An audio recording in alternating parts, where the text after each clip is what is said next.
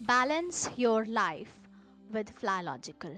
आज हम आपके लिए 2023 24 जनवरी की करंट अफेयर्स लेके आए हैं। चलिए पहला प्रश्न देख लेते हैं क्या है। ब्रांड फाइनेंस की प्रकाशित नवीनतम ग्लोबल 500 2023 रिपोर्ट के अनुसार कौन सा भारतीय ब्रांड वैश्विक स्तर पर 9वें स्थान पर रहा है। ऑप्शंस है A Reliance Jio, B Tata Consultancy Services, C Hindustan Unilever, D HDFC bank. इसका सही उत्तर क्या हो सकता है? इसका सही उत्तर है ऑप्शन नंबर ए रिलायंस जियो। इसका सही उत्तर है। चलिए प्रश्न की व्याख्या देख लेते हैं। भारत की निजी क्षेत्र की प्रमुख दूर संचार सेवा प्रदाता कंपनी रिलायंस जियो दुनिया के शीर्ष 25 मजबूत ब्रांड में शामिल है। ब्रांड फाइनेंस की प्रकाशित नवीनतम ग्लोबल 500 2023 रिपोर्ट के अनुसार जियो भारत की सबसे मजबूत ब्रांड है और दुनिया के सबसे मजबूत 25 ब्रांडों में वह 9वें स्थान पर है। जियो से पहले इवाई, कोकाल कोला, एसेंचर, पोर्श और गूगल जैसे ब्रांड हैं। मजबूत ब्रांड सूचकांक में जियो को 90.2 अंक है। ये सूचकांक मार्केटिंग पर खर्च, जागरूकता, विचार भरोसा और बाजार हिस्सेदारी जैसे कुछ मानकों के आधार पर तैयार होता है। फ्रेंड्स, अगर वीडियो पसंद आई हो तो बेल आइकन प्रेस करके वीडियो को सब्सक्राइब कर दीजिए। SSC, bank, TET, state exams, जितने भी एग्जाम्स होते हैं, करंट अफेयर्स तो बहुत इंपॉर्टेंट होती है, सबको ही पता है। चलिए अगला प्रश्न ले लेते हैं। राष्ट्रीय एड्स नियंत्रण संगठन ने किस शहर में स्थित कलिंगा स्टेडियम में सबसे बड़ी मानव लाल रिबन श्रृंखला बनाई है? ऑप्शंस है हमारे ए मुंबई, बी रायपुर, सी भुवनेश्वर, डी आगरा। इसका सही उत्तर क्या हो सकता है? इसका सही उत्तर है ऑप्शन नंबर सी भुवनेश्वर। इसका सही उत्तर है। चलिए प्रश्न की व्याख्या देख लेते हैं। ओडिशा राज्य एड्स नियंत्रण सोसाइटी ने 19 जनवरी 2023 को राष्ट्रीय एड्स नियंत्रण संगठन के नेतृत्व में खेल और युवा से विभाग और हॉकी इंडिया के समन्वय से HIV एड्स पर एक जागरूकता कार्यक्रम आयोजित किया। इस कार्यक्रम में भुवनेश्वर ओडिशा के कलिंगा स्टेडियम की ईस्ट गैलरी में सबसे बड़ी मानव लाल रिबन श्रृंखला बनाई गई। इस आयोजन में विभिन्न स्कूलों के 4800 छात्र, कॉलेजों के रेड रिबन क्लब के सदस्य, नागरिक समुदाय और मिशन शक्ति विभाग के प्रतिभागी शामिल थे। चलिए अगला प्रश्न देख लेते हैं। किस भारतीय शहर में देश का सबसे गहराई पर स्थित मेट्रो स्टेशन बनाया गया है? ऑप्शंस दिए हैं हमारे। पहला ऑप्शन है ए चंडीगढ़, बी पुणे, सी चेन्नई, डी जयपुर। इसका सही उत्तर क्या हो सकता है? इसका सही उत्तर है, चलिए बता देते हैं, इसका सही उत्तर है ऑप्शन नंबर बी पुणे। इसका सही उत्तर है। चलिए प्रश्न की व्याख्या देख लेते हैं। महाराष्ट्र के पुणे में बन रहा मेट्रो रेल का civil court interchange metro station Bharat का सबसे गहराई पर स्थित मेट्रो स्टेशन होगा। रिपोर्ट के अनुसार इस मेट्रो स्टेशन की गहराई जमीन से 33.1 मीटर 108.59 फीट नीचे तक होगी। Commissioner of metro railway safety CMRS द्वारा फरवरी में पुणे मेट्रो का सुरक्षा निरीक्षण किया जाएगा। CMRS निरीक्षण बनाज और सिविल कोर्ट के बीच के हिस्से के साथ साथ सिविल कोर्ट और पिपरी चिंचवाड़ नगर निगम के बीच के हिस्से को कवर करेगा। महा मेट्रो भारत सरकार और महाराष्ट्र सरकार का एक संयुक्त विशेष परियोजना वाहन SPV पुणे मेट्रो रेल परियोजना की कार्यकारी एजेंसी है। चलिए अगला प्रश्न देख लेते हैं। किस राज्य सरकार ने देश में पहली बार छात्राओं को 60 दिनों के मातृत्वावकाश की अनुमति दी है? ऑप्शंस दिए हैं हमारे। पहला ऑप्शन है ए झारखंड, बी तमिलनाडु, सी उड़ीसा, डी केरल। इसका सही उत्तर क्या हो सकता है? Any guesses? इसका सही उत्तर है ऑप्शन नंबर डी केरल। इसका सही उत्तर है ऑप्शन नंबर डी केरल। इसका सही उत्तर है। चलिए प्रश्न की व्याख्या की ओर बढ़ते हैं। केरल के मुख्यमंत्री पिनाराई विजयन ने छात्राओं के लिए बड़ा ऐलान किया है। उन्होंने कहा है कि मैं पहली बार राज्य सरकार के उच्च शिक्षा विभाग के स्थानों में सभी 18 साल से अधिक उम्र की छात्राओं को मासिक धर्म और मातृत्व अवकाश दिया जाएगा। उन्होंने इसकी जानकारी अपने ट्विटर हैंडल और फेसबुक पेज पर दी है। उन्होंने ट्वीट किया है कि केरल ने एक बार फिर देश के लिए एक मॉडल पेश किया है। चलिए अगला प्रश्न देख लेते हैं। फ्रेंड्स, वीडियो पसंद आ रही हो तो बेल आइकन प्रेस करके चैनल को सब्सक्राइब कर दीजिए फटाफट से। प्लीज़ वॉच करिएगा फुल वीडियो, आपके लिए बहुत ज़रूरी है ये कॉम्पिटिटिव एग्जाम के लिए। चलिए प्रश्न देख लेते हैं। कलवारी श्रेणी की किस 5वीं पनडुब्बी को भारतीय नौसेना में शामिल किया गया है? ऑप्शंस है हमारे। पहला ऑप्शन है ए वागीर, बी वेला, सी करंज, डी खंडेरी। इसका सही उत्तर क्या हो सकता है? इसका सही उत्तर है ऑप्शन नंबर ए वागीर, इसका सही उत्तर है। चलिए प्रश्न की व्याख्या देख लेते हैं।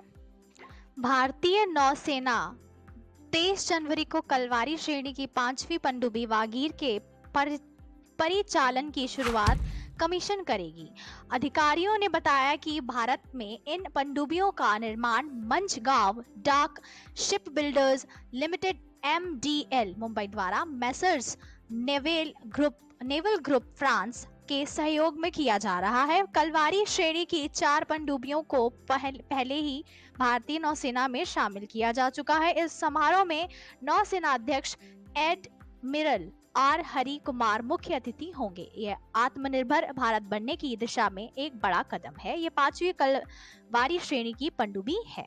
चलिए अगला प्रश्न देख लेते हैं। किस देश के उपराष्ट्रपति का भारत के दौरे के दौरान निधन हो गया? ऑप्शन है हमारे।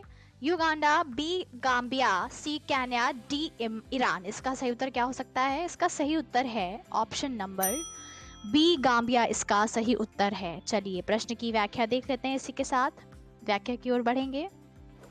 प्रश्न की व्याख्या है African country Gambia's Vice President Badara Ali Zouf has passed away in India. Badara Zouf, 65, had come to India 3 weeks ago for treatment. Gambian President Adama Barrow has confirmed the death of his deputy. The president has not mentioned his Badara's illness. President Adama Barrow said in a tweet that Vice President Badara Ali Zouf has passed away in India due to a brief illness. चलिए अगला प्रश्न देख लेते हैं। किस अंतर्राष्ट्रीय हवाई अड्डे ने सर्वश्रेष्ठ स्थायी ग्रीनफील्ड हवाई अड्डे का पुरस्कार जीता है? ऑप्शंस हैं हमारे। पहला है ए मनोहर अंतर्राष्ट्रीय हवाई अड्डा गोवा, राजीव गांधी अंतर्राष्ट्रीय हवाई अड्डा हैदराबाद, बिजू पटनायक अंतर्राष्ट्रीय हवाई अड्डा भुवनेश्वर, इंदिरा गांधी अंतर्राष्ट्रीय हवाई अड्डा दिल्ली। इसका सही उत्तर है ऑप्शन नंबर ए मनोहर अंतर्राष्ट्रीय हवाई अड्डा। चलिए ये व्याख्या दी हुई है इसकी, जिसमें भी आप ठीक समझो इस भाषा में पढ़ें। हिंदी इंग्लिश दोनों भाषा में हमारी व्याख्या दी हुई है। चलिए व्याख्या पढ़ने में समय व्यर्थ नहीं करेंगे, फटाफट से व्याख्या पढ़ लीजिए। हिंदी इंग्लिश दोनों भाषा में व्याख्या। किस IIT संस्थान ने स्वदेशी आत्मनिर्भर मोबाइल ऑपरेटिंग सिस्टम भरोसा विकसित किया है? ऑप्शंस दिए हैं हमारे।